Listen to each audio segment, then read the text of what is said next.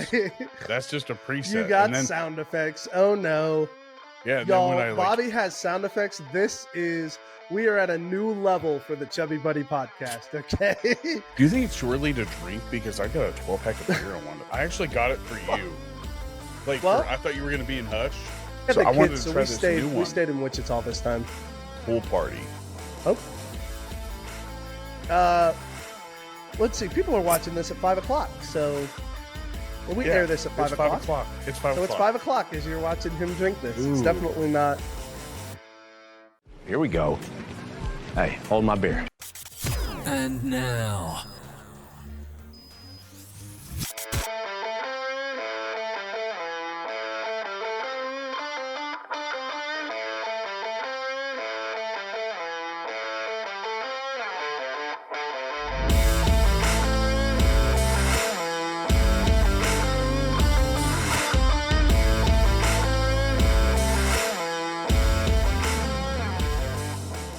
Well, man, that was such a fun weekend, Bobby. I really enjoyed it. That was a blast. Pop my knee. Oh, how you been? How was your week? Well, busy. First of all, I mean, I had a rough Saturday morning. Like I was all unorganized. Like I didn't have my note cards that I normally have to prepare myself. Like that was just you mentioned that you'd left all the ones. Yeah, I was like, oh Dang. man. So then I had to go back and through and talk to everybody. I got done at like probably 10 till is when I was finally finished. So I was like, wow. Well, I mean, it wasn't. I just felt I hate being unprepared. Like the last second thing doesn't work for me. Like I'm not a last second guy. I can do last second if I know what I'm doing and I'm prepared for it. Yeah, I do not like it though. I dislike it a lot. I've learned the older I get, the more I like preparing for things and knowing what's coming. I'm with you. Yeah, off the whim is not my thing. I've always been good at it. I'm realizing I don't enjoy it as much as I used to. And I don't think that I ever really tried. I mean, I've written a few reports last second, kind of like you, but like I've never done like anything big, like plan a trip or anything like that. Like that just wasn't my thing. I've done quite a few of those where it's been, let's do this and very quick time and knock it all out. I'm an itinerary kind of guy. Yeah, you are. It planned. Like it works. Like if it's not broken or if it's broken, I don't mind a good plan. I just know that plans rarely actually go the way you want them to. So you always got to be ready to roll with the punches. Right. And that's why I say like an itinerary, like one that's like broke down by the hour doesn't work, but at least so I know what is going to happen and then I can plan accordingly. Absolutely. That works. So a specific one probably wouldn't work for me either. But I don't mind planning off the whim because since just like the place that I work, you never know when something's going to happen. So you always got to be prepared. And it's nice to have a general guideline of what you would normally do within this time frame. Mm-hmm. So you have the flexibility and the freedom to do as you please, but having a guideline makes it to where you're not just standing in the dark and constantly burning through decision-making power of, hey, this is what I have to do next versus this is what I have to do next. And because that does wear on you, man. Like this decision-making fatigue is a real thing. And I wouldn't say that it's not the stress or anything like that. It's the, I guess for like using HCW as an example, it's the fear of like messing up and like making something bad that could have been great. Like that's you really don't the want idea with your that. part like to be the thing that brings it down at all. You want to be building up whatever you're a part of. I get that. I totally get that. Exactly. So you do your best. That's all you can do. It's tragic. We don't have Jordan here with us today. As you know, it was Maddie's birthday this week. Happy birthday, Maddie. Absolutely. We love that little girl. And how old she turn again? Oh gosh, don't ask me that. I'm going to be a terrible uncle 10? and not know the answer to this. 9? No, she's like 7, I think. She's 7? Madison, the youngest. Oh, not Libby. I always mix those two up. Maddie, the youngest. Okay. So it was her birthday this week. If... and if you know anything about her personality, she's the main character of the story, and we're all just NPCs in her world. So Jordan is probably not here because he is in the process of helping Maddie have a magical adventure for her birthday. I would guess that it involves finding a unicorn and a princess outfit and taking lots of photos of Jordan in said princess outfit on said unicorn for her so that daddy can be her pretty princess. That's what I know. So if you're wondering, Jordan is currently at a photo shoot with a horse, with a fake horn, and a pretty princess dress, taking photos for his beautiful daughter because he loves her. And Christine will be right there taking pictures and to post them later on Facebook. I'm 100% sure about that. Certainly. So we'll be looking forward to those, Christine. We cannot wait to see pictures of Jordan in his pretty princess dress. In 2019, she was 4. So she's 9. Oh gosh, she is 9. Really? Fail. Again, like I said, 2019 she turned 4. Now I look like a bad uncle. In a world filled with imitations, there's one name that stands out above all the rest. Rage Beef Jerky, a small batch jerky company that sets the standard for what it means to be 100% grade A quality beef. Rage Beef Jerky is the self-proclaimed world's best beef jerky. But just because it's self-proclaimed doesn't mean it's not true. Rage Beef Jerky is made right here in the USA. It can be found in 5 states across 400 plus locations ranging from Kansas, Nebraska, Oklahoma, Missouri, and Arkansas. But if you're not near those states, all you've got to do is visit www.ragebeefjerky.com and you could choose from any of the 6 flavors that they got of jerky or beef sticks. They got both now. They're really good. The flavors are original, teriyaki, hot, cracked pepper, sweet, and spicy, or you can go with my all-time favorite, which is bacon jalapeno. Chef's kiss. Rage Beef Jerky has given our listeners the opportunity to save 15% off their order. At checkout, use promo code Chubby, that's CHUBBY, and save 15% off your order. Don't let your taste buds suffer through any more mystery meat products. Visit www.ragebeefjerky.com and let your taste buds rage. Get your jerky on. But that's all right. But how you been, bud? I mean, you had a long weekend. You just got back into town. Yeah, we pulled off the show. This was kind of our last show, obviously. So it was kind of bittersweet. It's sad to say goodbye to everybody, but really, we've really enjoyed our time here. Definitely feel like we've learned a lot about our business and our business model, stuff like that. So we're really encouraged by that. But yeah, man. Gosh, it's a busy week, I would say. Yeah, just doing a lot of stuff around here, staying decks and stuff like that. But again, came back and already started making a list of all the things we're going to do now. We're kind of I feel like we're in the last push, though. You know what I mean? This show kind of felt like it was the last marker for me, and we're in the last push on the house. It's like you're taking the training wheels off. Yeah. We're in the last push of the house. We're going to get this on the market hopefully here in the next week or so. And then, gosh, rolling. You sound so much better since you have the floors in. It's let me tell you, this house looks so much better, feels so much better, and I know it's going to. Are you kind of upset, though, that you put in all that work and now you don't have anything to enjoy about it? I will tell you this much. Lesson learned, I will not be doing this again. The next house will be fixed up at the beginning. Because I should have done this at the beginning. Because I should have taken $10,000 at the beginning of when we got the house and invested all this immediately, and I would have been so much happier. Because I sat around saying, "Oh, I can survive this. I can get through this. I can deal with that." And the thing is at the end of the day, you're just picking and choosing what you can survive and get through. Because we can all endure it, but at the end of the day, you have to choose where you want your value in your life to be. And I can tell you, I am appreciative of having invested time and energy into this house because there's value in it. Now, the reason I'm appreciative is because we're going to sell it. But I know that when I'm owning my next house, that I will be investing in that a little bit better at the beginning to make sure it's a better experience. Plus, you had a good teacher. Oh, absolutely. You're kidding, Uncle Uncle Jeff Jeff? is Man, a jack of all that trades. man is so brilliant. It's like watching a genius just work with materials, and you're just like, how does he do It's that? like my father-in-law. My father-in-law scares me about how Yeah. smart he is. Like, he's not he didn't have a degree in anything, I don't believe. Like, he went to college, but he was more of a handyman. Like, that dude, like, he was laying the trim in his house, and he would make, like, jigs to come up, the corner pieces that connect the baseboards in your house. He made his own jig to cut the exact same piece to fit in there to where he didn't have to go and measure individual That's pieces. so freaking brilliant. Let me tell you, as somebody who's been having to do that, I hate it.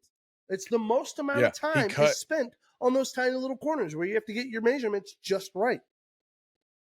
Yeah, and so what he did is he put his baseboards in at length and then went through and counted all the corners and he measured all of the baseboards to where they would be the same distance apart from each other in that corner, and then went back through with his jig and cut like however many corners in his house. Dang. It's impressive. And he's an electrician by trade That's too. impressive. So that dude could fix. It's insane. I wish I'd taken the time to learn little things like that, because then I would have felt probably more useful to not just myself, but also if my wife wanted me to fix something that I knew was easy, but now I've got to YouTube it and do research. It's like, yeah, I can do that. Let me watch YouTube for 4 days and then I'll get right on that. And then I've lost all the motivation. It's like, oh. Well, because you get so far deep into the research, you're like, can I actually do this? Am I actually capable of it? Yeah, it's like, do I really want to do this now? Like, oh, man.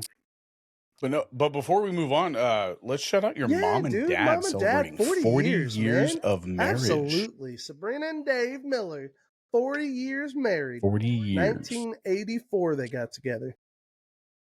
What's funny is that they were celebrating 42 years of marriage, and then there was 40 years of marriage, and then there was a girl celebrating a 42nd birthday. I didn't want to say, I was like, so you were 2 when they got married, but like. That's true, though.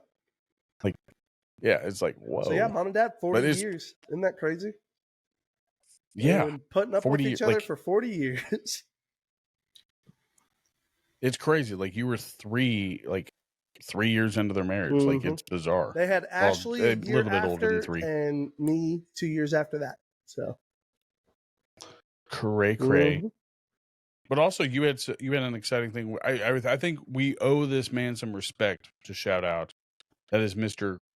Jack Stacks Eats, Chris Jackson. Yes, Jack Stacks Eats. Okay. Like, that man, he surprised the hell out of me. I'll say that. I just reached out to him, and I'm owed no credit. All I did, I wanted to see you succeed, and I think that not just my input, and this is the only reason I did it. My input, I don't think does you enough justice, and I believe that for also BJ. BJ's going to love your food. I'm going to love your food. And that's why I wanted somebody other than us that knows you and can honestly give you true feedback. I can tell you this much. And that's really what I wanted. I have been looking forward to his visit for a while in talking about this. And you do deserve more flowers than you give yourself credit for. You built this relationship with him, and then you leveraged that and just recommended it. Like, it's good food, and it's part of what he does. It's part of what I do. But him to take the time, because obviously he's been doing this for a while and we're brand new. So for him to take the time and just do us the courtesy of trying our stuff, man, that's huge. So I'm very grateful for that. And then the fact that he loved it, the fact that he enjoyed it, and the fact that he was honest. He mentioned that the chorizo was too cheesy and it was too thick for him. I love that he was honest about that, because that's the feedback I want. I want to know because I can tell you this much, it wasn't much longer after that we ended up tossing our spicy cheese because it was not holding its texture like we wanted it to. And so, like, he caught it, I knew it. And so, like, that to me is how we succeed. And so I was beyond grateful. But yeah, he tried everything. He loved it, gave us, phenomenal reviews on, tasted everything, and just being willing to come out, try everything and give it a review. I appreciate it, dude. And that's why I really wanted him to do it, because I knew he does such a good job of telling you why he doesn't like something. It's not just saying, I don't like it. And he's a great why don't you like it? And that's what he's food. Awesome. Oh my goodness. He does a good job of just helping you understand what you're taking in and what you should be looking for as you eat it. I mean, just his descriptor words are spot on. So like he's obviously good at what he does. And so to me, I'm just beyond grateful that he took the time, And he loved your Oh, biscuits. man, Like that was his. made. He's like, dude, that Let me was. tell you, I can't tell you because at the core, that's what makes these things what they are. The biscuit has to be right for all of it to work. And the fact that he loved the biscuits and the biscuits are right, that makes me so freaking pumped because it feels like it was the affirmation that I needed beyond the social networks that I have. This is the first time I'd really gotten what I would consider a professional affirmation, and it was cool.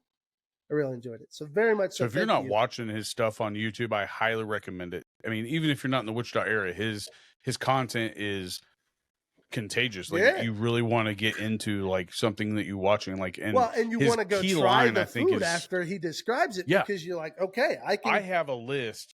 I have a list of 53 different restaurants that he's done, like, and I've only tried 4 of them, but like it's just the fact that like it gives you almost kind of like a egg, not an egg hunt, but a scavenger hunt to go and try these different restaurants in the area that you live. Like that's one of the fun things about it. And but how also, many times do we find ourselves him enjoy asking, "Hey, where do you want to go eat?" Or like, what do you want to eat tonight? Right. This, the work that he does gives everybody the ability to say, "Oh, hey, I heard about so and so restaurant on the show," and so it's like, it's that. It's the front work. It's a scout, if you will. It's a food scout. He's food scouting, and it's cool. It's really cool. Oh yeah, and he just became a full-time content creator doing this. That's like cool. he quit his. So I mean, he made the joke that he got fired on his day off, kind of like on Friday. But like, I think he just said, "Hey, I want to go all in on myself." Yeah. So 100%, I think he's gonna kill it. But his tagline is one that I thought that you would really enjoy. Is that like he's 100% like religious. He goes to church every Sunday, and his catchphrase, I don't know if you caught this, was "Amen, let's dig in." Like that's how he starts his reviews. So he just I don't know, he stood out to me as like, oh, this guy could really like, I think Josh would like him. And then I was really did. I'll send him a message to see if he likes it. I hated that it was kind of rushed as we were getting him his food and stuff, because I really wanted to just spend 20 minutes just sitting and chatting with him and getting to know him and just having some time. But I also think that trying food on the whim is probably where things work out best for you as the creator of the food. Like you're getting somebody's 100% quick he got it. He got it in the middle of serving. Like he got a fresh order of what we were serving to everybody else. So he didn't get anything special. I can promise you that. He got exactly what everybody else got. I saw him carrying it out, like all 4 of the flavors that he had. I mean, his favorite flavor was my favorite flavor, which is your biscuits and gravy. Hands down. That makes me so happy because to me, that's the staple of it all. If you can't pull off good biscuits and gravy with this, then we're falling short, because that's what this whole thing was built around, was good biscuits. Yeah, all the other ones I think are just a perk as people come to your truck. Or when you from get your the truck. original, but biscuits and gravy, that's the original. That's the OG for sure. But yeah, shout out Jack Sacks or Chris over at Jack Sacks Eats. Very grateful for you, Chris. Had him on the podcast over at recessruckus, so go check out that episode too. Thank you, love. His wife is that tea? She made Mexican me tea. Coke? No, she made me tea. Oh, tea. She's a sweetheart. Well, don't tell her what I'm drinking. Bobby's drinking beer. He says it's going to be 5 o'clock when they're watching this episode. So. Yeah, we just won't tell them what time it really is. I think I already mentioned that it was before noon. It's not even noon yet. What was that movie? Did you ever watch Spanglish with Adam Sandler? Not my favorite, but yeah. It's not even noon, Mom. And then it struck noon. It's not your favorite? I thought it was pretty good. Now, Spanglish and Punch Drunk Love are probably the 2 Love, Adam Sandler movies that I'm not a fan of. That was not mine. Not my thing. Hey, what kind of chips do you plan on, like, do you plan on serving like a little cantina, like other things to buy at your food truck? I still haven't figured out exactly what we're going to do with that yet. I do think there's an opportunity for like a meal deal. I just don't know what a good side is for those biscuit bombs. You know what I mean? Because you can't you don't want to overdo your carbs there. So I don't want it to be bread. Right. I could maybe do what I'd considered was maybe like a fruit cup, like some fresh fruit. as a side, that'd be a halfway You will be decent, in Florida. Yeah, that'd be a halfway decent So, I mean, side. Like if you had a biscuit bomb, a fruit cup, and a drink for $12. And you're already planning on serving cheese sauce. So, like, even like an order of nachos would be fire. So, like, if you just got tortilla chips with a side of cheese sauce, like if somebody's not wanting that many carbs and they just want some chips and cheese. Yeah, we'll definitely have to have some options. The reason why we're going to have like salad options and stuff like that, but we'll definitely have some options that aren't the biscuits. But yeah, the biscuits will be kind of the primary thing. Ooh. But I know one of the things we talked about was having like salads that are like the buffalo chicken can have a salad. There's several of our recipes that could do a salad with it instead of a biscuit.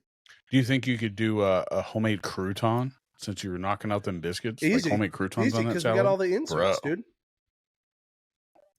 I just have to pack those down homemade a little tighter and season them. And yeah, I can make croutons out of that. But again, I bet you that'd be fire. I told you what we want to do with the insides already. We actually want to turn those into a breakfast item. We want to make those into little French toast bites. Oh, yeah. No, I didn't hear that. We want to take the insides after we poured all the biscuits out and then dip those in a buttermilk and egg batter and then fry them and turn those into like little bites. Oh. Well, the reason why I asked about the chips is because I recently came across what I would find to be like one of my favorite chips. Like not just because hey man, this is the Chubby Buddies podcast. We're all about talking about snacks. So tell me about this new chip. All right, so I was at work and we have this like little like you go up and you grab your own stuff and you check out on your own, kind of like a self-checkout thing at like the grocery store. And I came across these chips that I'd never seen before. So I grabbed them, I tried them, fell in love with them. It was the last bag at the place, so I was like, "Oh no." So I googled these chips, bro, and I went and bought them on Amazon. So let me get a bag for Bobby. you. Check this out. I can't wait to hear about these chips. Oh man, y'all. Okay, Wally's gone. Dang it, now he's back. Let's too fast. No, you're good. I kept them in here just because I didn't want to have I got a pack of 10 because I firmly believe this. I think the smaller bags of chips always taste better than the big bags. Just my thing. So I didn't get the big bags. I got the same size bag as what I bought. And I don't know if you've ever heard of this because it's a St. Louis style or some sort. But it's called Old Vienna Red Hot Riplets. I've never heard of these. Barbecue. Dude, I was hoping that I had a bag with me and I was going to have you try them, but it was so busy at the show. Because I've never heard of these. It was so busy at the show, I wasn't even thinking. Dude, these chips, the texture, like you know how I love ridges. Like Ruffles? Ruffles have ridges, and I always go for the Ruffles. I will take wavy Lays Ruffles if ridges aren't away. Lays. Wavy Lays is still good. Wavy Lays is better than but Ruffles. Regular Lays. Ruffles is better than wavy. That's the tier. Yeah, Ruffle is my go-to potato chip, or like a plain ridges, potato chip. And I think it's not just the ridges. I think texture. It's like it tastes like a real potato. Like the smell, and it's not too hard. It's not crisp of those are the best crisp of all of them. Like that crunch into those, that it beats out Lay's and all those. They have too oily of like Lay's has too oily of a bite. You bite into that chip and half of it's oil. It feels like with 100%. You know, with ridged ones, it definitely feels like it's more crispy and more potatoey than it is oil. So I'm so happy to hear you say that because I think the texture of this chip is even better than the Ruffles. And this, oh yes, my God, it does look good. Like just looking on the screen, that looks like a good chip. So the flavor is I've never buffalo? in my life seen this. Like hot sauce? Okay, the flavor is hot barbecue flavored. Okay, but it says red. But it says red. Well, that's hot why I riplets. assumed. I thought it was going to taste like red hot, like Frank's Red Hots. Sauce. Is it barbecue? And it's not. It's like St. Louis style barbecue sauce, and it's zesty. This flavor is zesty. I liked this flavor because it had a little bite to it. I couldn't imagine what their other flavors would bring. Well, dang, Bobby, now I'm going to have to try these. But chips. This is the one I went with. Red Hot Riplets. Well, I'll see you again before you leave, so I will for sure. Oh man, y'all, perfect. If you're looking for a new chip, Bobby says the Red Hot Riplets is where it's at. What's the brand? At least for me, I like the barbecue. but the other flavors that What's they the brand have, I name? don't know. But they had a bunch on them. It's called Old Vienna Old of St. Louis. Vienna of St. Louis.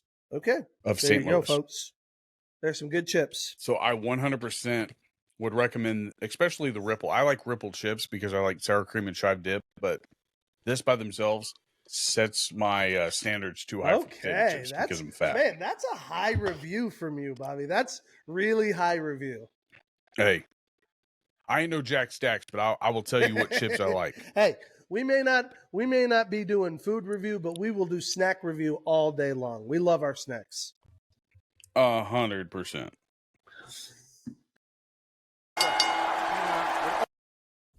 So where'd you want to start? Man, we should probably talk about that show, don't you think? Duh.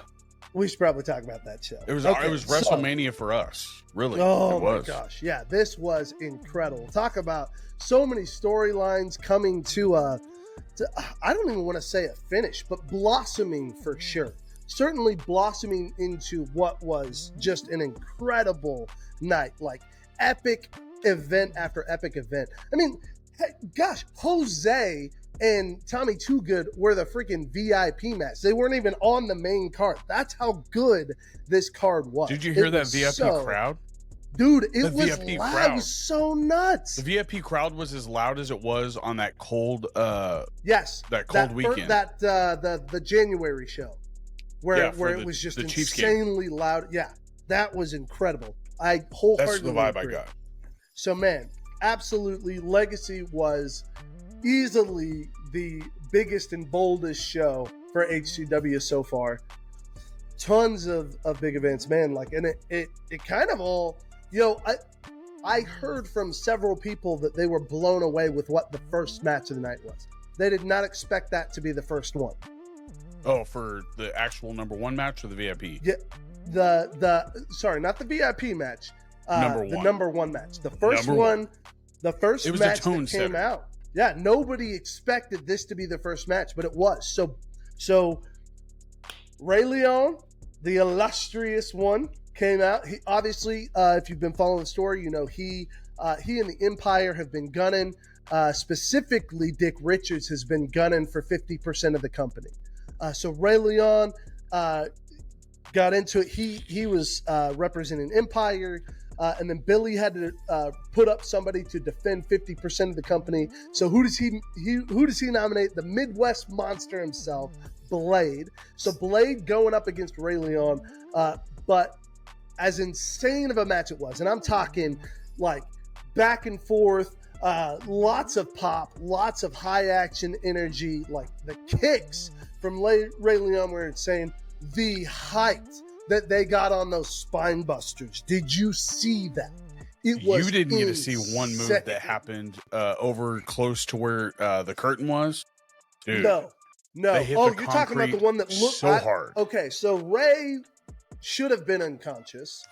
I'm fairly certain that it was pure just adrenaline that kept him going. Adrenaline and will, because he smacked that thing so hard. Both of them did. But man, those spine busters in the ring where they were like 10 feet in the air was insane. Like that, tons of good, great spots. But that was what was nuts about it is when everything was said and done, from bell to bell, they brought the heat. It was main event match. It really felt like a main event right out of the gate, which is crazy. And Ray got the win. That's the craziest thing. Ray got the win. But man, if you want to talk about getting a clear picture of who the Empire are, who Dick Richards is, man, they captured who they are to a T with how they treated Ray right afterwards. Oh. Again, the illustrious one, Ray Leon takes on and takes out the Midwest Monster Blade in one-on-one competition. I mean, pretty much establishing himself as the dominant force in HCW, and the Empire turned on him. They turned on him. Dick Richards, Chunk of Violence. Oh no! Why'd you gotta do it, man? The Empire struck back. The Empire struck back and they took Ray down. They said, "We ain't your daddy," and they chopped his hand up. They said, "Bye," tossed him down into the gutters. Oh man, it was. I can't wait to see what happens. I can tell you this much: I think coming out of that, Ray is going to have a chance to shine in Wichita. If Ray can get a shot, get his chance at revenge against Empire, I think Wichita is going to back him so hard in this coming feud. You better believe Ray is not going down without a fight. I can promise you that. He will not be discarded. He is the illustrious one. So, could you imagine him and Blade teaming up at all? Like, if that happened, that's scary. That's a nightmare, dude. You do not. A Midwest nightmare. A Midwest nightmare. There it is. A Midwest nightmare. I like that. Ooh, that's good. Like, Blade gave him his props afterwards. It was an incredible match. You can tell it was two great wrestlers putting in everything they had, and it was phenomenal. But yeah, man, and let me tell you, like you said, Bobby, that set the tone for the rest of it. We had incredible matches. You had a pair of rock stars pulled over a big win over the Rebel Hearts, which that's the two big time teams. They pulled off a big thrilling match.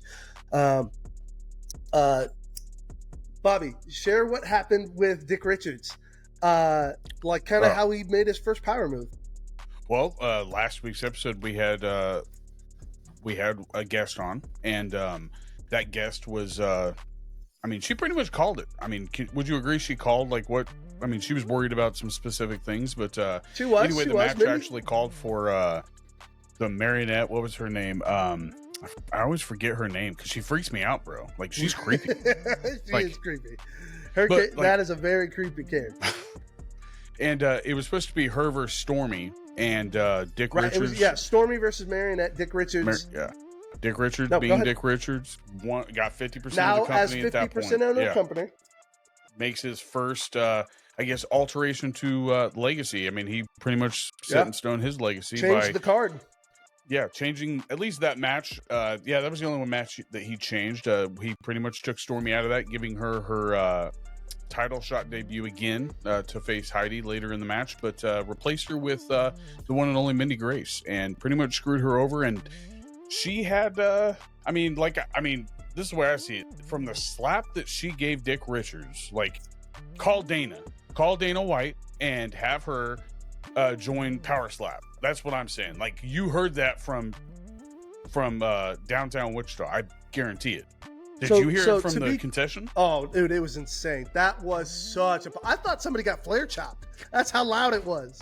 I thought somebody got flare chopped. I was like, woo! I saw it and I got out. I was like, oh, I'm going. No, that was insane. So, to be clear, Mindy Grace had a title shot at Legacy. It was stripped from her by Dick Richards, the new 50% owner. So she had to go out, fight Marionette. She got the W, then made sure to show Dick Richards how she really felt. Let me tell you, Mindy Grace is a woman to be reckoned with, and let me tell you, she is going to be burning down some barns to get back at what happened. This is not okay, and she will absolutely be causing some terror until she gets her title shot like she deserves. So Mindy, get ready, y'all. Somebody needs to call Dana White. Somebody needs to call Dana White. Call Dana White because Mindy's ready to power slap somebody.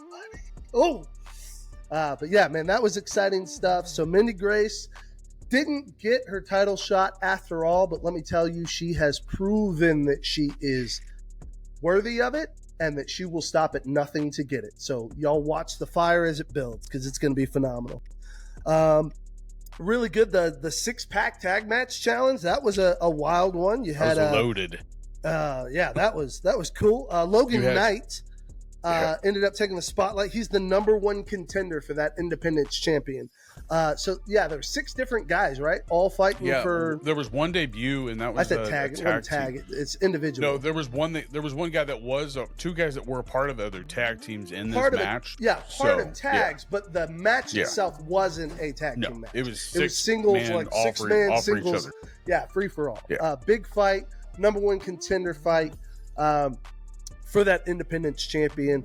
And after everything was said and done, the spotlight, Logan Knight, he's big, he's blowing up. So you watch him develop because he's coming. Bobby, what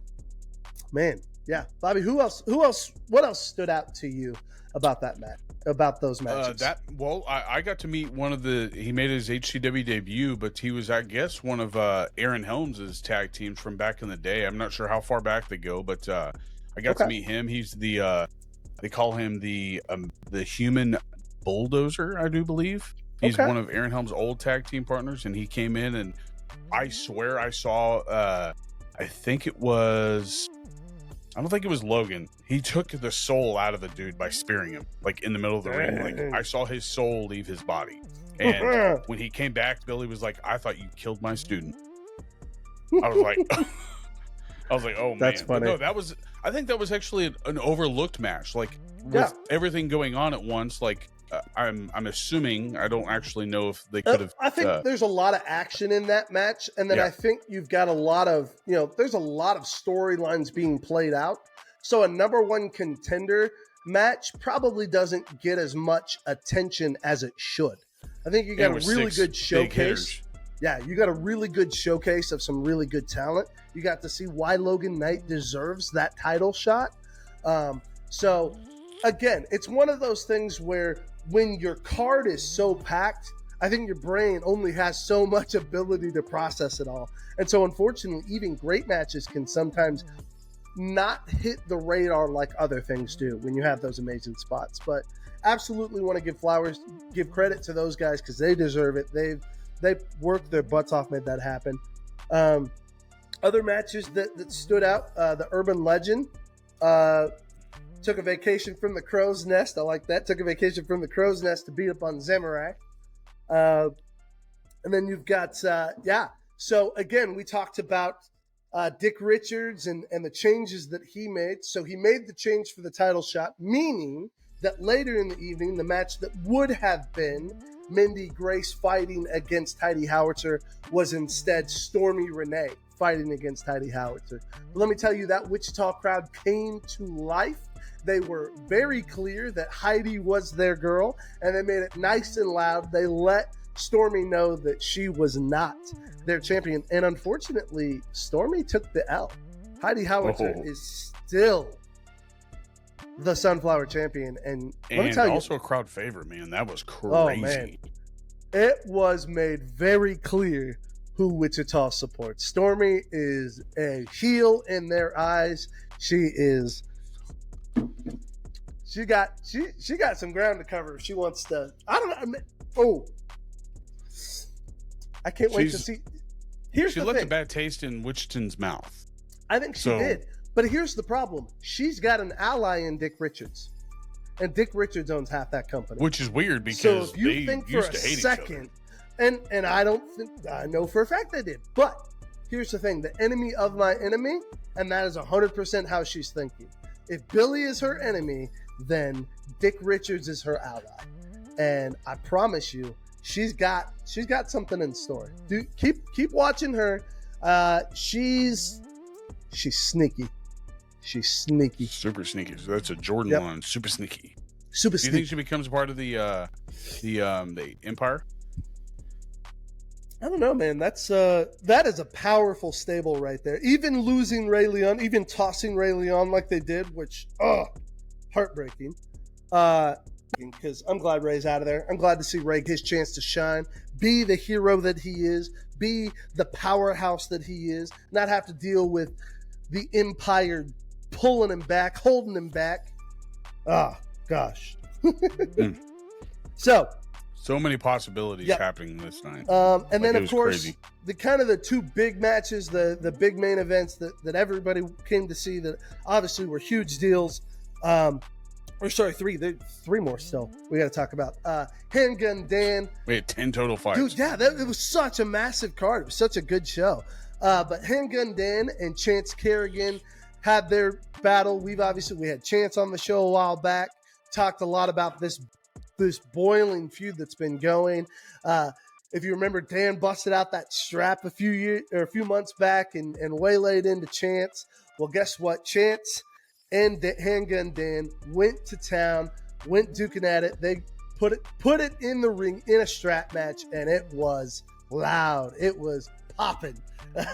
Both the straps and the fans. Let me tell you, it was insane. But when everything was said and done, Chance definitely held his ground. Not only held his ground, but turned that strap on Dan. And ladies and gentlemen, we have a brand new Independence champion in Chance Kerrigan. He is your new Independence champion. Ooh, it was a good fight. Anything stand out the to you? crowd popped on that. Oh my one. gosh, that was the crowd so popped on that one. loud. So loud. And how he won, I don't know if you got to see how he won. Didn't. Like, what had happened was Dan, like the rule was, and let me explain just this backstory.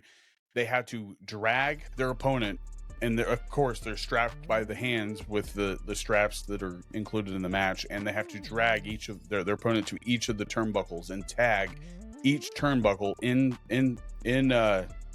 unison without being pulled away by their opponent. And if they are pulled away by their opponent, then they have to start over. So as Dan is going along, dragging Chance, tagging each turnbuckle, everybody thinks that Dan's winning this match. He gets to the last turnbuckle, but Chance, as he's behind him, is also tagging each turnbuckle as he's passing him and does a complete backflip over Dan, drops him on the ropes, and then tags that last turnbuckle to get the W. Did I miss that? That's nuts. insane, dude. Yeah. That's such was nuts. That's an incredible spot. Oh my goodness. Okay. Yeah. All right. So make sure you jump. Okay. So if y'all weren't there, if you didn't hear that, make sure you heard that description. That's clear. Y'all need to jump on Patreon, become a subscriber so that you can see video of that, because that sounds like it's amazing. My verbiage doesn't do it any justice. Oh, that's insane. Oh, man. So, Chance Kerrigan, we got a brand new Independence champion. So, the titles changed hand. Had a tag. For a third time. For a third time, absolutely. It is absolutely taken off.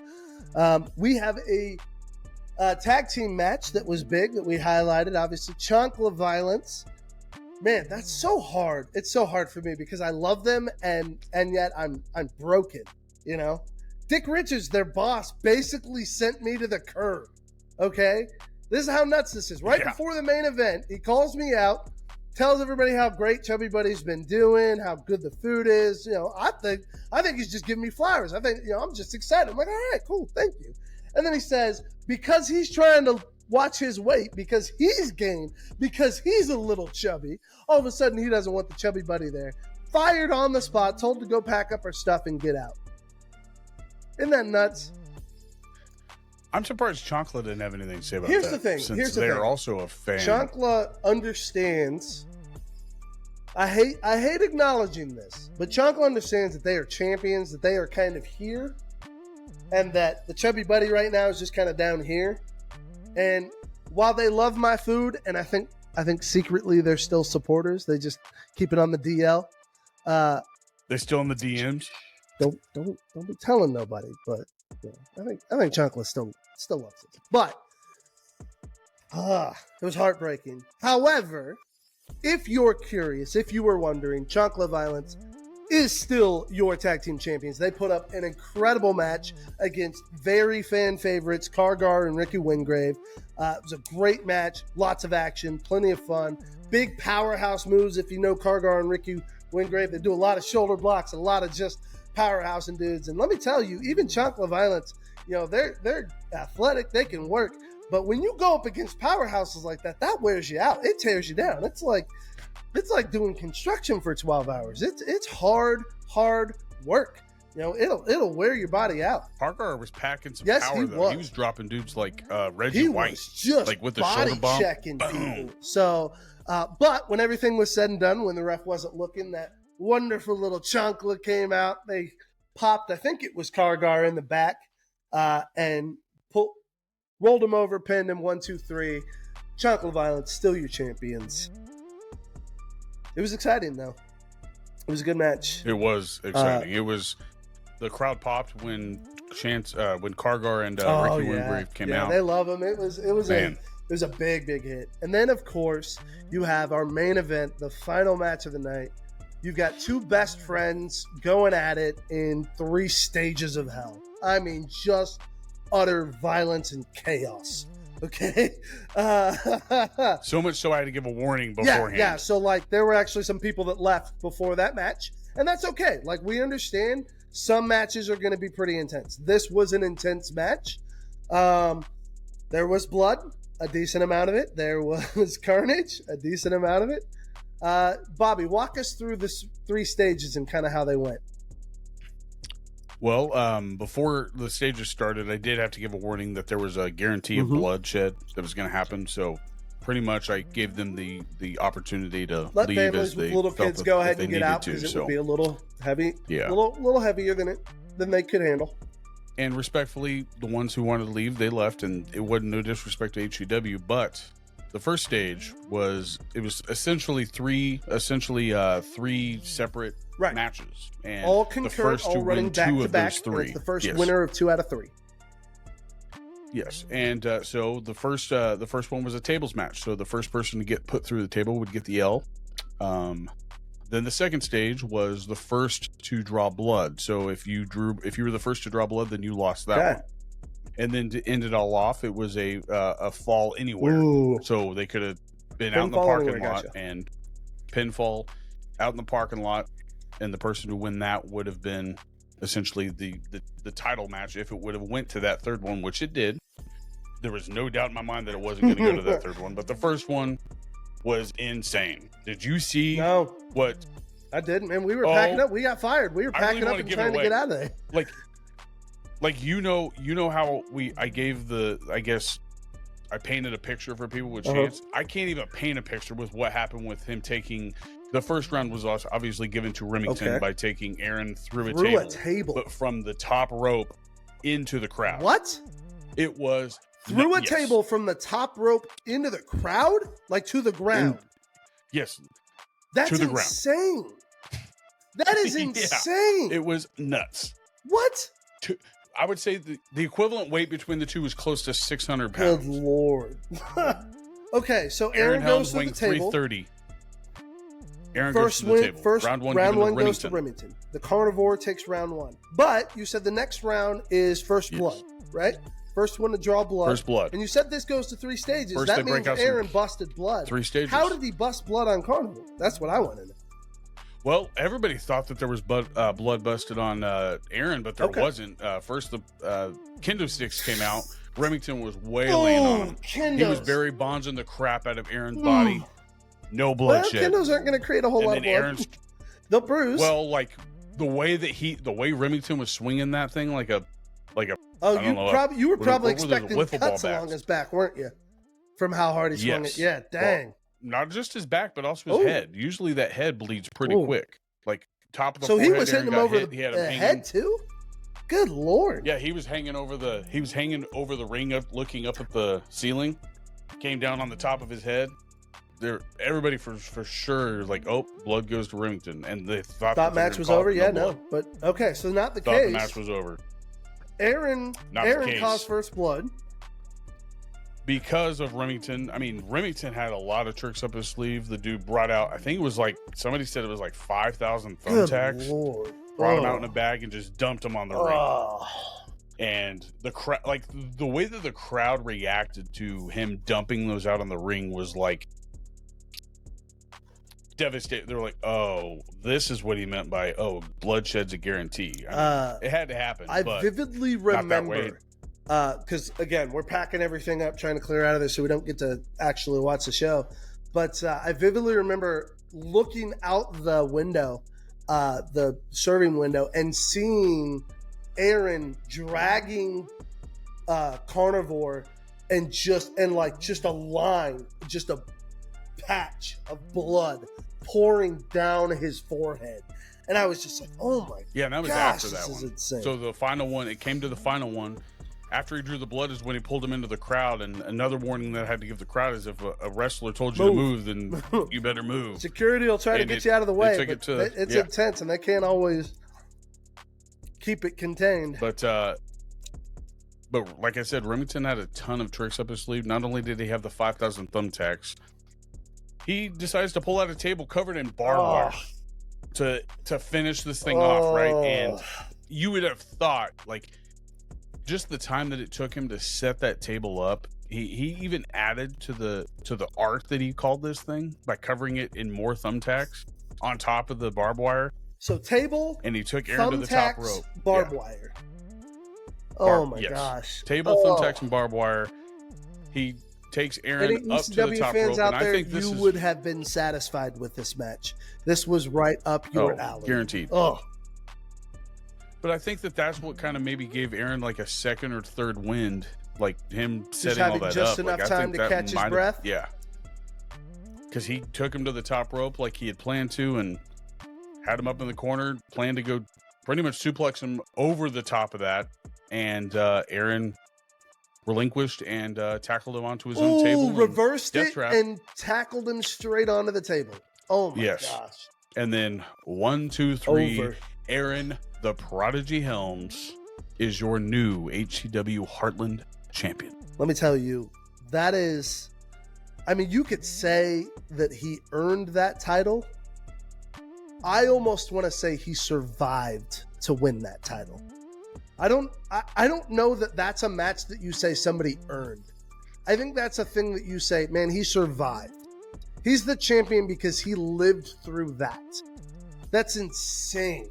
What an insane match. Well, if you remember, Aaron hit Remington over the top of the head with a chair the last time that they wrestled. It was Road to Legacy, and cut the crap out of Remington. So those kendo sticks to the head was pretty much payback nice for payback. what he did. I love it. I mean, He kept his unfortunately, receipts. he did draw blood, but he cashed all of them. Mhm. Every thumbtack, every prong Dang. of barbed wire. That's and nuts. all those tables. Oh, and then he suplexed him over 4 chairs, landed his back onto all 4 chairs. Both of them did. Ugh. It was insane. Like you said, something you would see 100% on If it's TNA. not clear, for $5, you can go and subscribe on Patreon and see all of this yourself. Not just have to hear our description of it, which is, as Bobby said, Which is not very very good. lacking. It is not even close enough to capture how fun this was. But jump on Patreon, go find him, HCW Live 23. Is that right? HCW Live 23. But Yep. find them on Patreon because, man, you don't want to miss it. It's phenomenal. Great show. They've got commentary on it and everything, all the good angles. They'll fill you in on everything. You will not miss any of the story if you're a Patreon subscriber. And go look at their pictures on Facebook. Follow them Oh on my Facebook, gosh, yeah. Instagram, TikTok, and X. Those pictures don't do what the match actually happened like justice. So, just paint your own picture by what you see in those pictures. It was brutal. And Wichita, don't worry. You ain't missing out. Next show's coming, May 18th. Osage Rec Center. Doors are going to open at 5. Bell's going to ring at 6. Do we know what that one's called yet? Do we have a name for that event? Not yet. Okay. I have not So seen currently anything. He hasn't released unnamed, anything. but May 18th will be the next show at the Wichita Osage Park and Recreation Center. So make sure you come out. Tickets are $12, and kids 12 and under get in free. It's a great deal. Bell rings at 6 p.m. every show, so don't be late, because if you're VIP, you get that VIP match. So don't miss it. Gosh, man, what else? So why not sports, big guy? Sports. Unless you had other Not topics really. to talk before sports. The biggest thing is sports, I think, this week is the NFL draft starts. Yes, sir. We got the draft the coming. day that we release this the episode. draft is coming. The day we release this episode. So in retrospect, like what I kind of wanted to know is like, who do you think is going to be a bust in the NFL as a rookie? Who's going to be the number one? I think you and I are on the same page with who we assume to be the bust. Caleb Williams. All right, it's the only reason I say that is that like the chances of him not being picked number one are so small. Dude, it's if not even the funny. Bears don't take him, what I will literally eat my own hat. Like what else are they gonna do? I'm not saying that as an actual promised commitment. Those of you that are listening, do not make me eat my own hat. I'm being facetious. Do you want to know why I like what I see happening? Like what I would love to see happen? Yes. You know the Oh movie my God, I Draft want Day? to see that happen too, where his stock just drops and drops. And This is drops what and I'm getting drops. from this. This is It what won't I'm getting happen. from this. Like this whole this whole scenario is playing It into feels draft like it. day. It certainly like, feels as if like they were it. writing Caleb draft day. Williams feels like that level of Like who went to his birthday party? What kind of question is that? Oh my gosh. Who's your favorite character from draft day other than Kevin Costner? Outside of that, like I have a favorite character, and like if you and I have the same character, I will be so happy. It's probably excuse me. I don't know who are the coaches. One of the coaches. I love one of the coaches, but I'm trying to remember who all they are. The guy from On Fire or Rescue Me. He played in Rescue Me. Played the head coach. Well, he used to be the head coach for the Dallas Cowboys in the movie, and then he goes, "Got to get you one of these." And then that's when Jennifer Gardner's character was like, "Why is it that every sport a man is always concerned about the jewelry he wears?" Yeah, that coach. Yeah, that's the guy from Rescue Me. See, my favorite character isn't even a coach. It's the guy that has all these different little stories about players from the past, and he would come up with Kevin Costner and be like, "Hey, do you want to know why he didn't do that?" He goes, "Why? Just tell me. Just tell me why." And he's like, "Do you want to know who sent back that $50 bill or $100 bill? Who do you think it was?" And he's like, "I don't know." And he goes, and it was the quarterback that he had on his team. Like, he read the whole book and he mailed the $100 bill back to the team. You remember that? It's been a while. So I haven't seen Draft Day in probably 4 or 5 years, though. It's been a minute since I've watched it. Well, yeah, go back and watch that and tell me that he's not he's just a. I forgot his name though. Boseman in that? He plays one of the football players. Yeah, he plays the. Yeah, he's the linebacker that he goes. What he wrote his name down. He goes, whatever, no matter what, because he got the first round pick, and he's like Chadwick Boseman's character, no matter what. And that's what he wrote down on that piece of paper. That one had a really, really good cast. I remember just thinking Draft Day had a phenomenal cast. Phenomenal cast. Draft Day and Moneyball kind of sit in the same spot for me as far as sports movies go. It was like the Moneyball of football. Very good movies, both of those. So, man. But the quarterback was played by the dude from Smallville. Bobby, let's talk your team and my team draft. Tell me, oh man, 3 things that you want out of the draft for your team. Well, what I want is, obviously not going to ever happen, but my what I would think that you would think that the Dallas Cowboys would want. We always need any type of player, but Dallas has always been known for getting either offensive line, which we've had great offensive line, but nothing to show for it. And then we have defensive backs like crazy and wide receivers. I want to see him throw up a Hail Mary for a good tight end. A tight end. Granted, there's not many tight ends in this draft. Yeah, we need a tight end. We need somebody to rely on other than our wide receivers. So, granted, we have CeeDee Lamb, who is one of the best in the NFL, period. He's one of the greatest wide receivers in the NFL. But we don't have anything to show for it because we don't have other options. And that's where I think that we're lacking. And we lost our tight end to, I think, Texas. So, he went to Houston. So it's just, I don't know. We have not had a good tight end since Jason Witten. We just haven't had enough time with a tight end, I guess you could say. But we're never going to get a Jason Kelce if we don't at least try. So tight end, anything else that you want? Earl Brown was the guy. I think running back is a little. I think that's jumping too far. Quarterback, I honestly do have faith in Dak. It's not that I think that he's better than Tony Romo, but I think Tony Romo at least he proved his worth. You knew what to expect. Do you feel like you're not getting clarity I think with the same Dak, goes for or Dak. do you feel like you do know what to expect with Dak? I know what to expect from Dak, but it's also the choices that come from the play calling. That's my problem. I don't think Dak is what holds y'all back from deeper playoff seeding. No. I think it's choices made, but choices made by coaching staff and stuff like that. Going for it on 4th down when you don't need to, or calling a fake punt on 4th and 3 and then only gaining a yard. It's come on, man. McCarthy, he just needs to. Go. He needs to be set in his place. Jerry Jones, this is the least amount of Jerry Jones team that we're seeing, I guess, right now. It's all 100%. It doesn't feel like he's had his hand, in the mix as much. No. And I think that also comes from other stuff that's happening with the team, the legalities of things. Somebody, he might have a kid somewhere down in New Guinea or something. I don't know. But I don't know. But, the Dallas Cowboys will always be the Dallas Cowboys. Unless they change something, they're not going to change. And Jerry Jones is way too old to change his ways. Any Dallas fan, myself, just quit hoping that he's going to change because it's not going to happen. Jerry Jones is setting his ways. Jones will be Jerry Jones until he's a it's billionaire. all over. He's a billionaire. Why would he change? Why would he change anything? Yeah, until he takes his last breath, nothing with the Dallas Cowboys will change when it comes to upper management. and hopefully he hasn't rubbed off too much on his kids. So Oh, we'll see. But what about you, man? I mean, there's so many names like getting thrown around in there with trade ideas and stuff like that. But like the Chiefs, I think, have actually done a really good job at keeping the players that they know that are good to have outside of bad I'd agree with that. nucleuses. Like, I'd if agree that with makes that. I sense. would say for me, I want to see us probably get some more stability on our offensive line.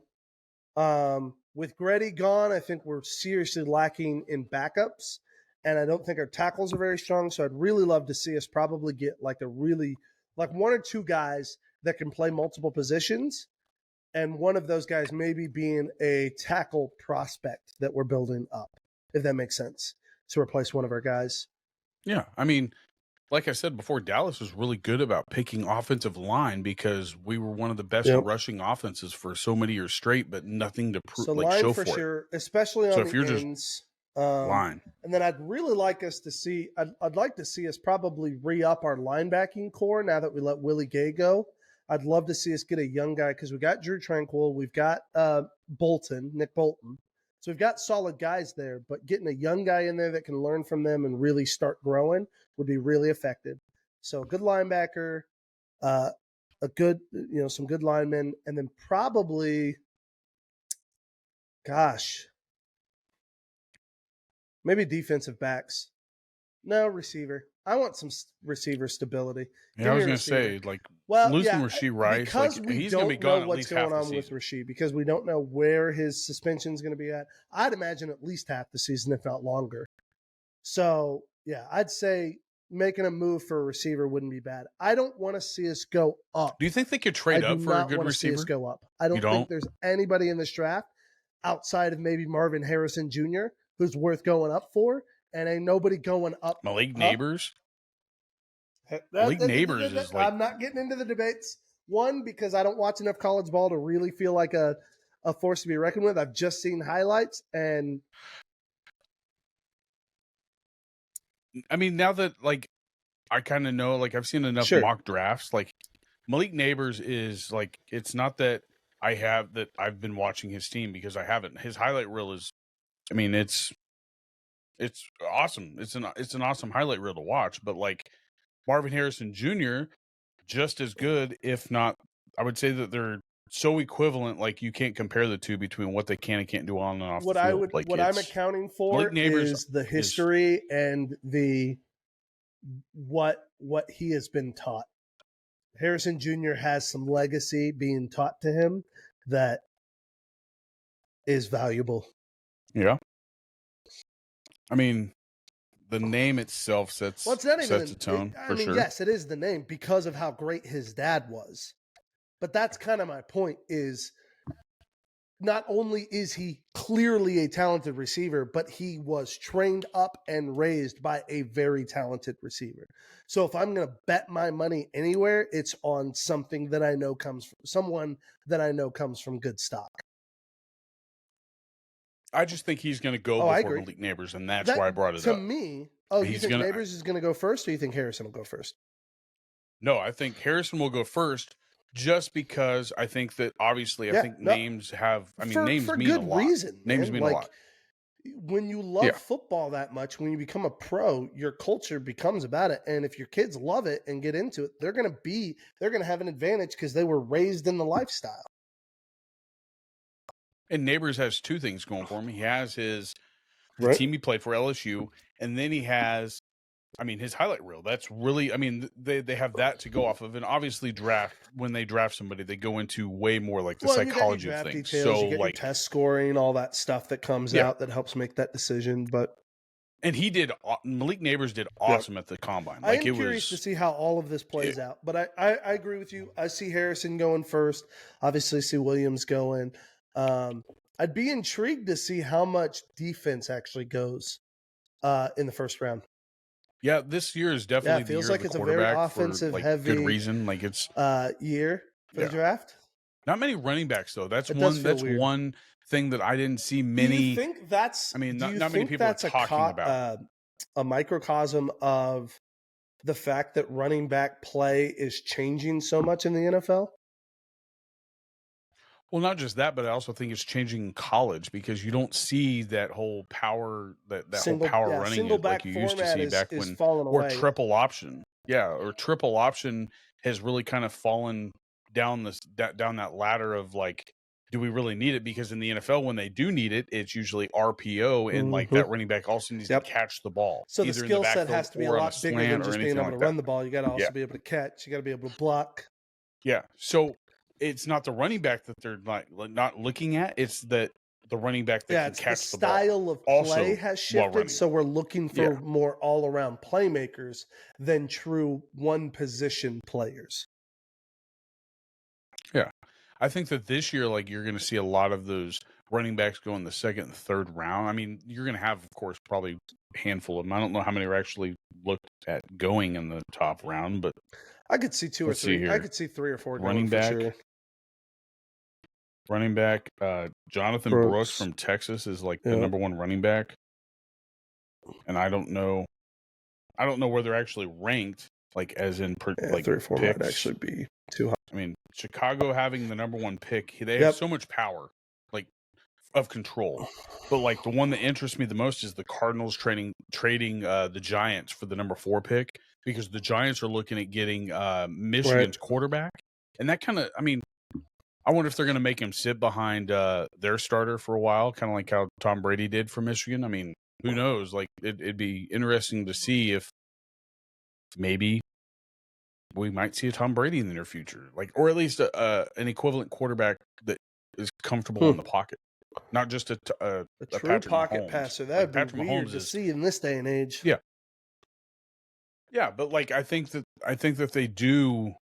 they are necessary in given offenses for sure. Like the Giants, like their quarterback, like I think he scares a lot of the upper management of the Giants away from his style of play because he runs the ball so much. Like not by design, but by choice. Remind me again of who the Giants quarterback is now. Just, oh crap, you would.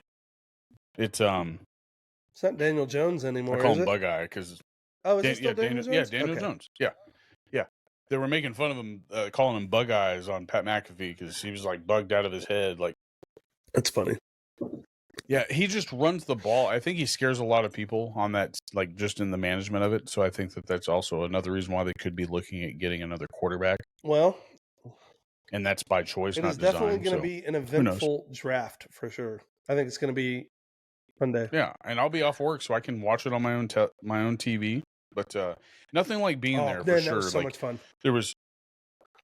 I think the biggest thing that I took away from being there at the draft is that one, I was with you guys, well, with you and Heather. Like that added to the nostalgia of being at the NFL draft. But also, I think that the one thing that I took away is that like I miss commercials when I was there. Like I 100% was like, man, the time drug on so long. This whole standing for 8 minutes between picks is really weird. It's nuts, dude. Like I'm telling you, without commercials, you're just you're a million people standing in a field, listening to me, watching lights, listening to music, 60, and just 000? Yeah, I said a million. It wasn't a million, but it felt like it was felt so like a packed, million. dude. Sure did. I mean, trying to squeeze our ways through shoulder to shoulder crowd. That was nuts. And we had good. I think we were in outside of being in the front row spot, and we were in a great spot. That was 100% Heather. She took 2 linemen and she bodied her way. We were cowards. We were not pushing through people. She was like, "Excuse me, coming through." Just barreling her way through. We were like, "Sorry, excuse us." And like I was surprised about how open it was when we got there. Like nobody was even in that area. Yeah, people hadn't really gotten into position. Like everybody, like there were people down at the stage, obviously, and then there were those spots that were like VIP areas or wherever where they were doing the bars. Those ones down at the stage, I think, were the season ticket holders for each team. So, but then where we were at, no, like it was still pretty open. But then I guess as night started to fall and the food stuff closed, then it really did settle in and it packed in there. Oh man, dude, the number of the drinking and we were pretty close was to that. Like there was a lot of it everywhere, pretty much. Oh wow, it was all over the place. I think I don't know if you remember this, but when we were walking off that hill, like you saw like this rolling cloud. Dude, it was like whoa. There was a lot of smoking going on there. And at first I was kind of like, oh man, like these dudes are just lighting it up in front of God and everybody. Cops are just walking around. Kids, like that blew my mind. Like you realize there's kids here. Like it's different drinking than it is smoking that stuff around kids, in my opinion. Like it was, but like full on though. They were just lighting it up like they were smoking a cigarette. I was like, wow, it's impressive. Like you're ballsy. I mean, I wouldn't even want to try to like walk. Like that's just me. You gotta tie me to one of those. Put me in one of those vests. Put a leash on you that your mom used to like give you a Bobby, dog leash. Yeah, it's like you better give me a leash. I love it. Put a tracking device on me. Where'd he go? Where is this guy? Gotta call him and make sure he knows where And then we're the at. mess up on the national anthem was pretty wild too. Like the way that they played didn't team that out. The fact that it wasn't the mess up on the national anthem. Yeah, it was the flyover. It was the timing of the flyover because the Jets came on early par and then had to flip it around and come back. Well, they came at the right time, but I guess we shouldn't say the Jets came early. The Jets are the standard. The singer has to adjust to the Jets. Is how that's supposed to be, right? And that it was not planned out. Yeah, it was not planned out good enough for sure. But then still funny. I mean, it was a cool experience. A one-time thing. I don't know if I could drive longer than what we did to go again. Like I would go again, but only if it was like in Kansas City. Yeah, it's not the kind of thing you would drive 8 hours for, unless you had like one of those like season ticket holder seats. I would drive for that. But chugging a beer with Jason Kelsey would have been so awesome. What we did was fun. It was a great experience. Definitely wanted to do it while it was local, but not necessary if I had to travel 8 hours for it. So I'll watch that bad boy on TV and enjoy my commercials. I will. I think that we appreciate underjudge like how underappreciate. I was trying to come up with a better word, but I couldn't do it. We underappreciate a commercial when you're live at something like that. brains, 100%. man. We don't like not having something to entertain us. Yeah, we had like the music in between, but that didn't do it justice. Like the commercial, like it kind of like adds to the time that you're waiting. It feels like it's like elevator. You don't think music. about it until it's happening. Well, no, they had singers I know, too, but I mean, it wasn't our type of music. While you're standing around, feels like elevator music. It doesn't. Yeah, normally if you're watching it on your TV, you have your snacks right there, and you ain't got to go look for them. You ain't got to go stand in a 30-minute line to 60,000. All those wings, though, bro. If I knew the name of those wings, I googled it up and down. I couldn't find it because I was going to go look for them. Those were so good.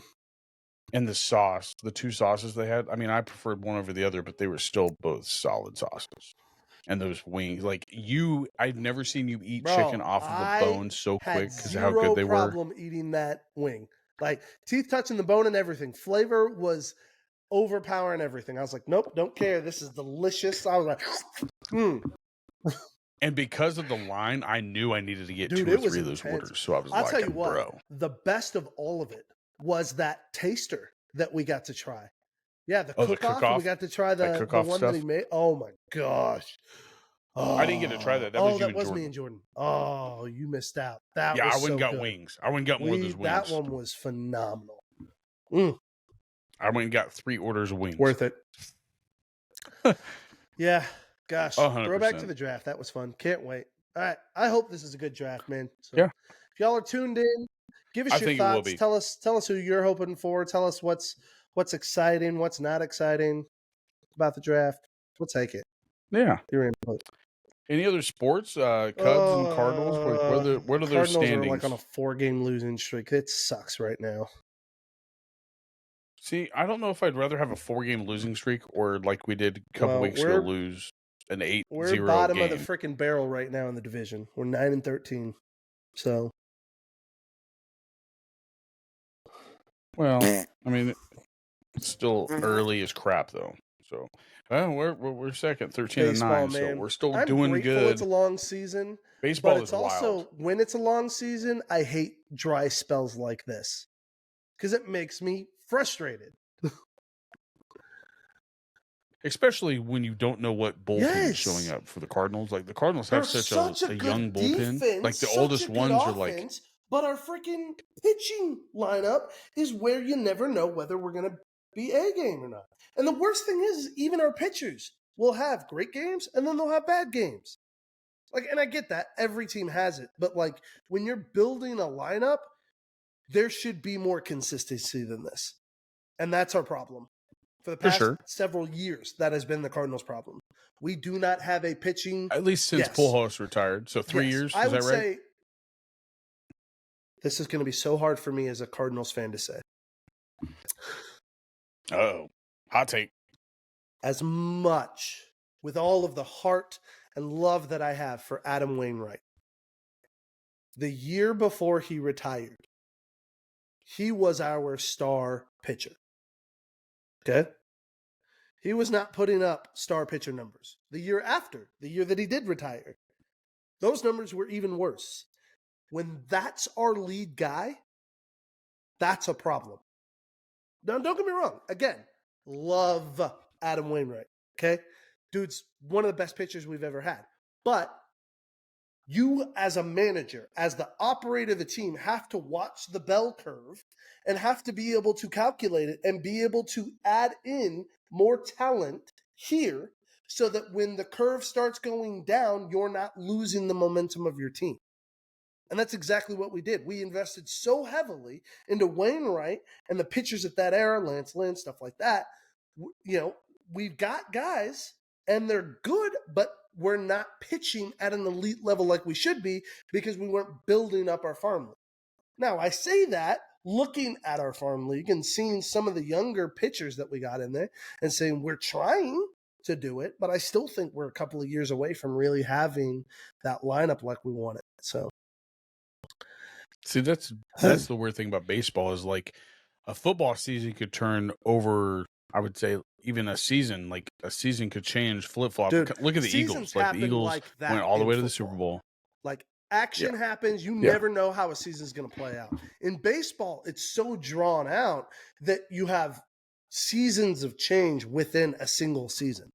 So, like, right now we're having a crappy run. You know, we've lost 4 in a row. We're 9-13, right? So we were at 500. We're down 4 games, but could be leading this division. That's what's crazy about baseball. You know, it is such a long, marathon of a season that you can't get wrapped up in it. And then the flip side to that is, and I'm going to add to this, is in football, you've got 16 weeks. So if your team is having problems, once that 16 weeks or not 16 weeks, it's 18 weeks plus playoffs and stuff. But once the season's over, you're planning and plotting for the fixes that you can make to make next year's team better. Okay? It's decisions and stuff like that. In baseball, it's you can't. Everything has to be fleshed out longer. You just like it's just so radically different how the two sports are. You know, more games, longer fleshed out season in baseball. 100%. And slower action as far as movement and fixing issues. You know, they're fixing issues by changing the lineup order and stuff like that rather than trading players and signing new guys, stuff like that you see in the NFL more.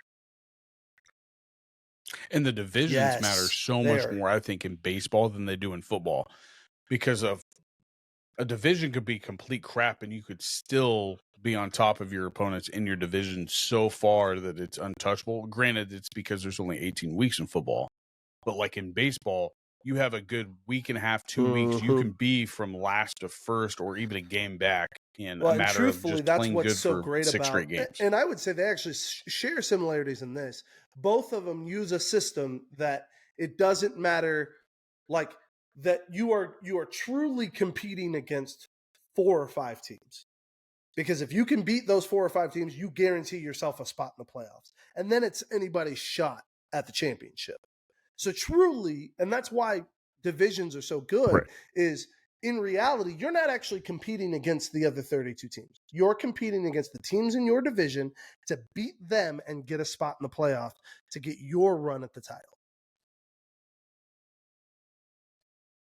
And what's crazy is that this is one of the harder divisions. Bro, with if the you Cubs, don't the Cardinals, the Pirates, think the Central the is Brewers, one of and all the that, toughest divisions, you don't understand baseball. Yeah, you're the not a only thing baseball I fan. could compare that baseball to fan. is the West is pretty solid. Probably you could maybe say the AL East with the Yankees, the Red Sox, the Blue Jays. I mean, that's a solid lineup. So speaking of the Yankees, did you see that what's his face went to the Yankees and did his his freestyle rap for him? The dude that we gave the one you give words to. Crap. Yeah, he wants like so many words, and he puts them in a freestyle rap. One we gave words to one time. He went to the. Yeah, you should check out that video.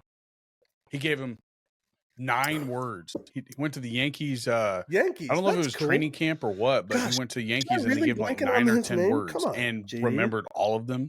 Yeah, Harry Mack. It's Mac. Never skip a Harry Mack video. Harry Mack. Dude's a phenomenal freestyle artist. Yeah. The way his mind works is bizarre. He's constantly ahead and calculating the next thing he's going to say. So what he's actually saying, he's already thought it and said it in his brain like 20 seconds ago. It's insane how he's playing chess with his words. This going faster than this and not stumble. That's what every freaking great rap fan is really actually a fan of. All of us have fast brains. That's why we like rap. We track with the music. We really enjoy the pace of it. The problem is when we try to go spitting it out like Rap God or something, we sound like idiots because we can't get our mouth going fast enough. And then the added element of he's creating this stuff ahead of as he's saying it. That's what's so incredible. Nope. Yeah, he's not pre-recording it in his head. He's just got his language IQ skills are like his bank that he has, just all those and words. He practices on the regular. I bet you'd be an awesome like speech giver. You'd be amazed at like probably the talent that artists have if they were to step into another field. Yeah. Oh yeah, just in speaking in general, like. I was sorry I interrupted you. Oh yeah, no, absolutely. I just thought it was a cool video. No, so divisions, but Harry Mack. I would say Central is probably the toughest, if not one of the toughest in baseball. NL Central. I mean, your second to last place is what, like 11 and 11 or something? Pirates are at 500. Yeah, the Pirates are 11 We're and 11. 4 games below 500 at last. So yeah. How many divisions have that 4 that out right of there their goes 5 to show you teams that it's anybody's ball game or above? That tells you how good the NL Central is. I bet you it's less than 2. Less than 2. Yeah. Yes, indeed. So that's baseball. Anything else with sports? I mean, UFL. I mean, the UFL has been kicking off pretty good. I think. Like I've seen more clips from UFL than I've seen it. Well, UFL than I have seen from XFL and USFL combined. Like in the past, I don't think it's like. Except for one game, they had all their fans in one end zone for a field goal kick. Did you see that? Because they got for weather, it was like too cold and rained out. Yeah, they only had I think 40 fans by the end of the game because of how the weather. Yep. Absolutely, but they were true fans. I mean, football's football. I think it will be a very but entertainment. Football. I think it will be a very successful year when everything's said and done. I don't think it blew up. I don't think it had this big, oh my gosh, everybody's got to watch UFL. No, but I think it succeeded. That's going to take time. Critical. I think next year they'll build on it, make it even a little better, and in 5 years' time, we could have a really good program that works really well with the NFL. I think it'd be cool. Oh yeah, it's really gonna be the tone setter for what happens in the NFL season the next year. I think from here on out, like the rules are going to get set in place for that UFL and then get put into the NFL. But I think talent is equivalent on both sides of the NFL, UFL well, spectrum. I don't know that you could say equivalent, but certainly the talent is there at the UFL level to be able to move up. So like it is very much a transitionable spot. What would be cool What would be cool is for them to have like something kind of like how soccer does, like with the team that gets last, that would like be they a drop really down cool to the system. team that got first or whatever. I don't hate that because that'd be really fun to have. It's good for football at that point. Like you weren't just granted. Like the only problem that you could have with that is like the team that's stepping down into that UFL just isn't level. It's more of a UFL team than it is an NFL team, and they would have to play right away. They would have to play right away. So that's the other downfall. There would be no rest. Like they would have no time for rest. So they would probably have to take place the next year. But how does that team get back up? You can't do that. They'd have to go straight in and try to compete to get their spot back in. Because think about it. If Jacksonville then goes in to dominate the UFL, they're back into the NFL for the next season. If not, whatever spring ball team won, they're going into the NFL. That would be wild, man. Well, for Jaguars though, like if they were in the UFL, their season would still end by June. I mean, technically, it would be the Bears this year because they were the lowest. Were they? I just like taking shots at the Jags because they're pretty consistently down there. It was the Jaguars, and it was Jaguars and the Cardinals. Cardinals have been bad. The Cardinals were Panthers, just I think, are pretty bad lately. Right now, they've had a few. Yeah, I was going to say since Cam Newton, ever since they let go of all their good players. Cam Newton was the factor. I just think like it's been a blow up since that time. Christian McCaffrey. He was who they had. He left. was he was who they after had him left. leaving that team. Once Christian was gone, it was like, who are the Panthers again? Yeah, but that would be cool to see them do something like that. Yeah, like step down, kind of like in soccer. But yes, indeed. Who knows? That's just wishful thinking. Entertainment side, my guy. Have you watched anything good? Because I've watched a couple of good things. I just started watching this show, and I just watched the first episode. I don't know if you've seen it. It's Legion on Hulu. It's about this. It's about it's the first episode's a little trippy because it has to do with like mental illness and stuff like that. But like he's in like a psych ward, and from what I'm gathering so far is that he has telekinesis powers that he doesn't know that he has, and like people are making him think he's crazy, but he also can read minds and thoughts. It's pretty trippy. It's got 3 seasons, so I'll let you know more about it next time after I've watched at least 5 or 6 episodes. That way I can kind of tell you. The only reason I watched it is because I saw a clip on TikTok of this guy telling this woman not to make a deal on this because he could read the thoughts of the opposite people that were having her sign a paper about some flawless piece of equipment. And he's like, don't do it. They've had so many fires and they're not telling you everything. So it's kind of like The Mentalist / Psych, right? But because he can actually like science read their minds and stuff like that. So interesting. Yeah, not just their behavior and mannerisms. I watched a movie the other day, yesterday, with Heather that was really fun. Role play on Prime. Yeah, it's role play. Kaylee Cuoco and David, with Kaylee Cuoco. I'm gonna butcher it. Alewio, I think is how it's pronounced. I don't know. Let me tell you, I don't know what his last name is, but I watched I think funny. half of it. You need to finish that, man. That is a funny freaking movie. I will admit that the title is probably a little misleading because it doesn't stay super heavily. Well, I don't even know that I can say that because even at the end, the idea is role play, but like story, other things just to kind of lay it out there, is Kaylee Cuoco is an assassin. Her husband does not know what she does for a living. They are having a little bit of issue. Well, actually, she comes back from a job and forgets their anniversary. So to make it up, she decides that they're going to go into the city and do a role play night, pretend to be different people, stuff like that. Well, no, God, no. Are you kidding me? Could you do that? That's weird. That's too weird. Are you kidding me? How does that not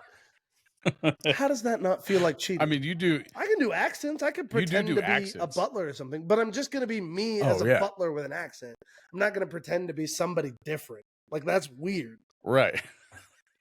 Like I will be French me. I will be like, oui, oui. I mean, yeah, I totally I'm see not that. going to like be somebody else. I'll just be a different version of me.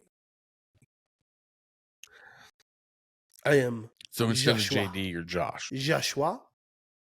I'm a French Renaissance painter. Joshua from from Spain or from France. No, I wear stay deodorant. hairy and smelly like the French. I love my natural eau de odor. You the toilet? Anyways, Yeah. so But you fun were saying movie. about the movie? So role play, but then again, her life comes crashing into the role play night, and then he's kind of finds out everything, and he's kind of caught in the middle of it. And he's just like, "What do I do?" So it's really funny because there's elements of David plays just this really Has a lot of Mr. and Mrs. Smith vibes to it too, because he's not any sort of spy, any sort of bad guy. So he plays the innocent husband who's just trying his best to survive and deal with all the chaos really, really well. Like, he does so good. I did see Red. Red was Red. Did you ever see Red? Yeah. Where his girlfriend? Yeah. Or his. But yeah, no. So it's really well done. Very funny. Yeah. Cute movie, stuff like that. So, watch that. Really good. Finished the Fallout series, also on Prime. That was wonderful. As a Fallout nerd, I enjoyed every bit of that. My dad was watching that, and he's like, "Hey, it's kind of weird." And I was like, "Yeah, it's a video game. Like, if you don't, I mean, like, there's certain things you're not going to get." As a video game nerd, there was so much to enjoy about it. He didn't know it was a video game. Like the tons of really good, like the set decoration. They deserve a freaking Oscar for that. The props department has been like, I don't care how much money they spent on it. They made it look incredibly authentic and made it look good. So props department absolutely deserves their flowers for this one. It was so good. Good good acting and stuff. Walter Goggins as the ghoul is amazing. He's so good. That's okay. I know nothing about what you're talking about. I think I would have to play the game. One of the three main characters is like this 200-year-old zombie-like character who's super irradiated, so his skin's all deformed and stuff like that.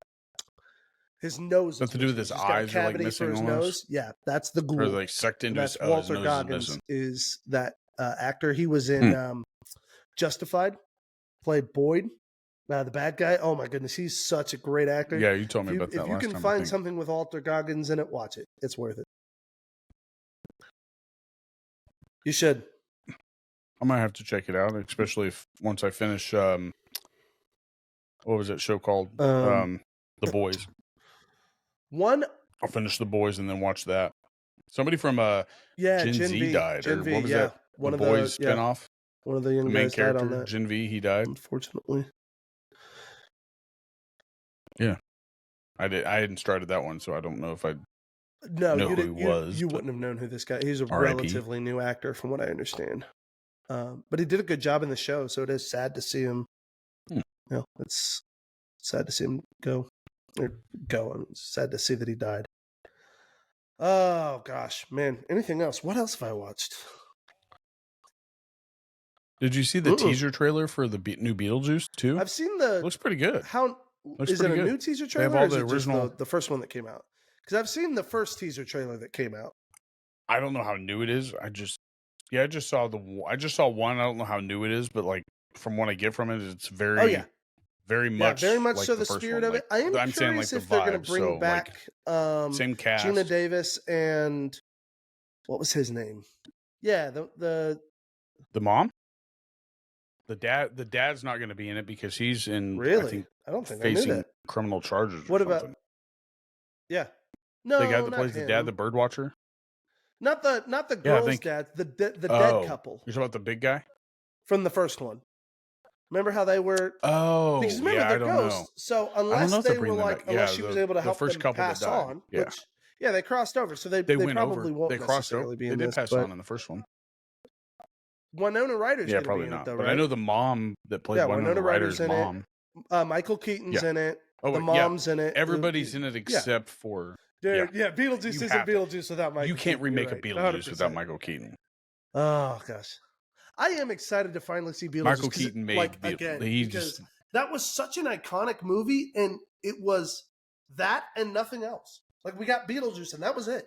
And everybody knows what Beetlejuice is, but like, unless you've seen that really let's be honest, really old movie, then Beetlejuice means nothing to you. And that's crazy to me. No, and then they had the cartoon, but it was nothing like the movie. Like the movie was so. I do remember seeing that. Now that I think about it. But like the movie was so like. Yeah. I mean, now it's nostalgia. Like it takes you back to your child. It's kind of like Edward Scissorhands, like the whole vibe you get. I mean, 90s movies are weird. I don't know why, but like we Edward were in a dark Scissorhands was not my place in thing. the 90s. It was not my thing. We thought the world was ending and everything had a dark cloud over it.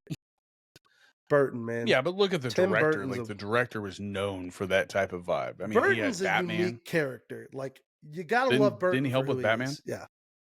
Yeah, he was in the first 2 Batmans. Yep. Tim Burton's the guy. Michael Like Keaton's Tim Burton's Batman. He directed the movie. A ton of really great stuff. But he has a very clear visual style. And then I'm kind of curious if they do bring back that couple. Like, are they like Winona Ryder? Obviously, I don't think she's playing her character. I think she might be playing the character of the couple. Well, yeah, it makes sense because that's the spinoff. If she's the next, well, no, not necessarily, because she wasn't dead. Well, because they have that girl that was in that other Wednesday is she gonna be in it? show. I never saw it. What was that girl's name? Oh, yeah, she's the one that playing Winona Ryder. She's the new young girl moving into. Okay, gotcha. Okay. Yeah. No, I think they're actually remaking it. I don't think they're actually calling it part 2, or maybe they are. Not a remake. I don't know. It's not a remake. It's a sequel. I don't know. They didn't get it. They didn't get into enough detail it's with a teaser trailer, not an actual trailer. It's just meant to show you clips of it and get you excited about it. So, and I don't know if it's coming out in 2024 or 2025. Production, you never freaking know with those things. Ugh. Yeah. That could be a year's worth of production, especially for that type of movie. But another one that I'm excited about that I just watched the trailer for was Unfrosted. Have you seen that on Netflix? It's a comedy movie about how they invented the Pop-Tart. Seinfeld. You should see the cast though. There's so many stand-up comedians in this movie. Jenny McCarthy, or who's the one that plays? Is it McCarthy? The one from Bridesmaids? Mm-mm. Is that Jenny McCarthy from Bridesmaids? Who is that? Kristen Wiig from Bridesmaids. The one that we said would be a good Ted. No, the one that we said would be a good Ted Lasso like alternative for if they do a girls version. What is her name? She was also in The Heat with Sandra Bullock. She's Melissa McCarthy. Melissa McCarthy, not Jenny McCarthy. Melissa McCarthy. Sorry, Melissa McCarthy. Okay, Melissa McCarthy's in it. Obviously, Jerry Seinfeld's in it. Bill Burr, Jim Gaffigan. Like, there's so many names in this movie. Like, it looks, and it comes out May 3rd or May 6th or something like that.